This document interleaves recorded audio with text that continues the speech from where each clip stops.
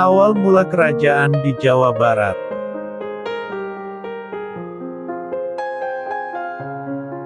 Awal mula berkembangnya kerajaan di Jawa Barat tidak lepas dari peran seorang tokoh yang sangat dihormati, yaitu Aki Tirem. Menurut Pangeran Wangsakerta, Aki Tirem adalah seorang penghulu atau penguasa daerah pesisir Jawa bagian barat. Aki Tirem disebut juga Aki Luhur Mulia. Putrinya bernama Pohaci Larasati yang diperistri oleh Sang Dewa Warman.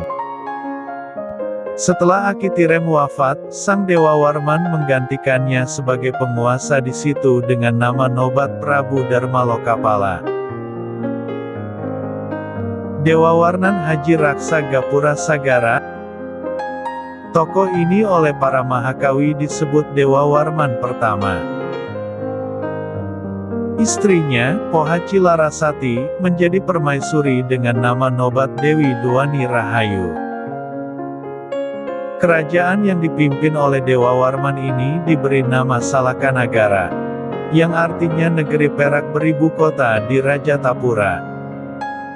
Sumber yang menyebutkan keberadaan kerajaan Salakanagara di antaranya pertama terberitakan oleh Berita Cina, Dinasti Han.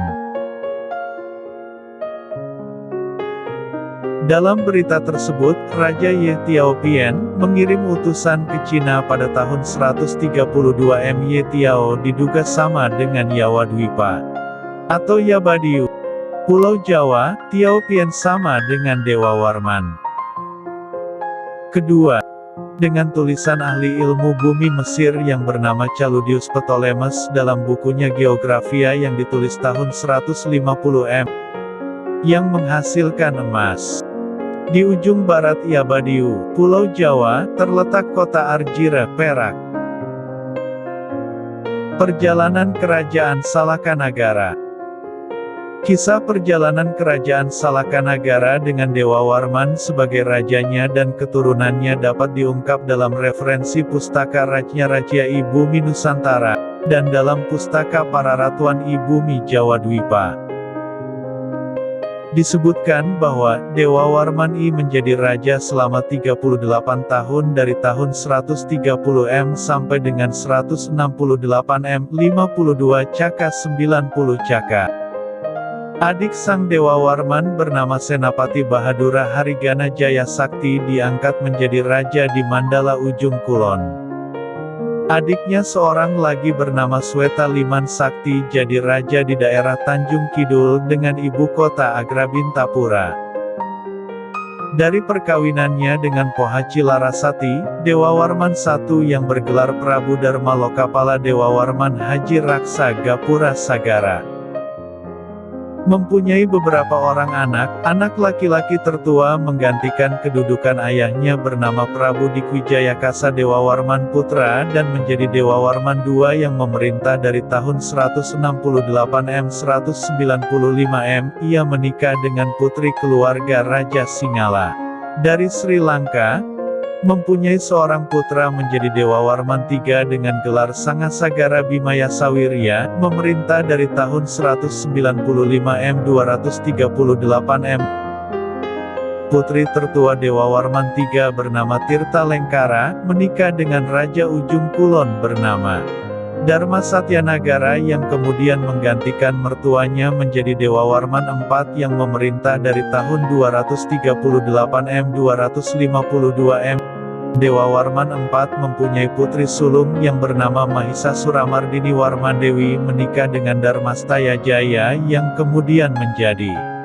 Dewa Warman V yang memerintah selama 24 tahun 252 276 Pada waktu itu, Dewa Warman V merangkap sebagai Senapati Sarwajala, Panglima Angkatan Laut yang gugur ketika menghadapi perompak dipanah dari belakang.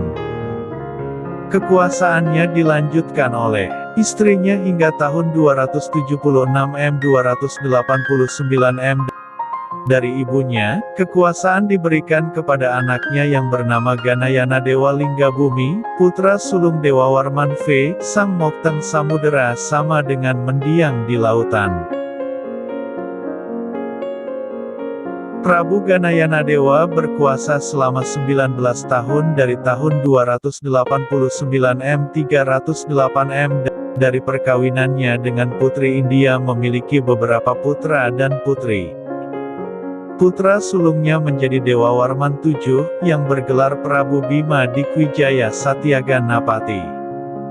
Memerintah Salakanagara dari tahun 308 M340 M.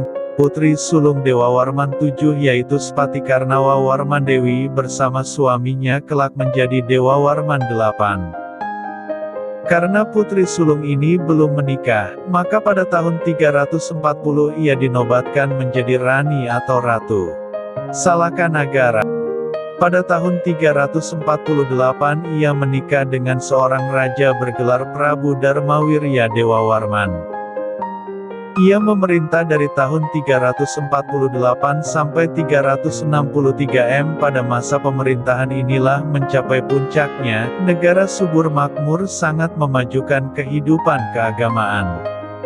Seperti agama Wisnu, ada yang memuja Siwa, ada yang memuja Ganesha dan ada pula yang pemuja Siwa Wisnu, dan yang terbanyak pemeluknya adalah Ganesha atau Ganapati.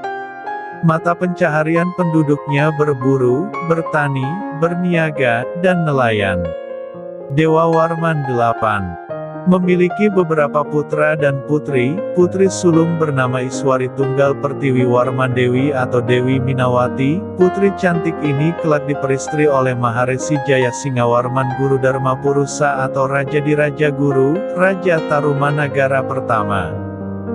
Putra yang kedua bernama Aswawarman, ia diangkat menjadi anak sejak kecil oleh Sang Kundungga, penguasa Bakulapura, kemudian dijodohkan dengan putri Sang Kundungga.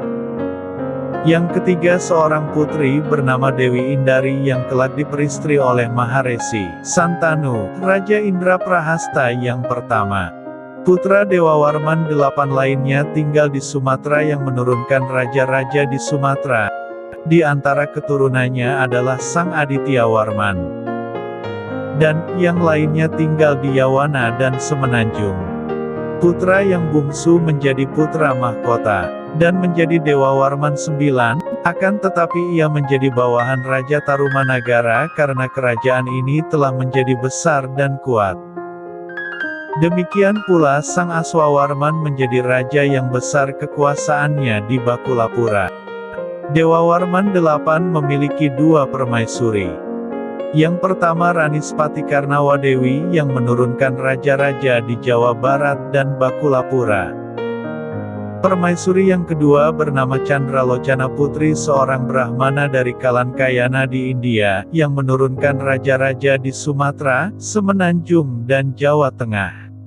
Demikianlah kisah keturunan Raja Dewa Warman I, Dewa Warman Dharmalokapala, sampai dengan Dewa Warman IX penguasa di Salakanagara sebagai kerajaan yang bebas selama 233 tahun, 130 M 363 M.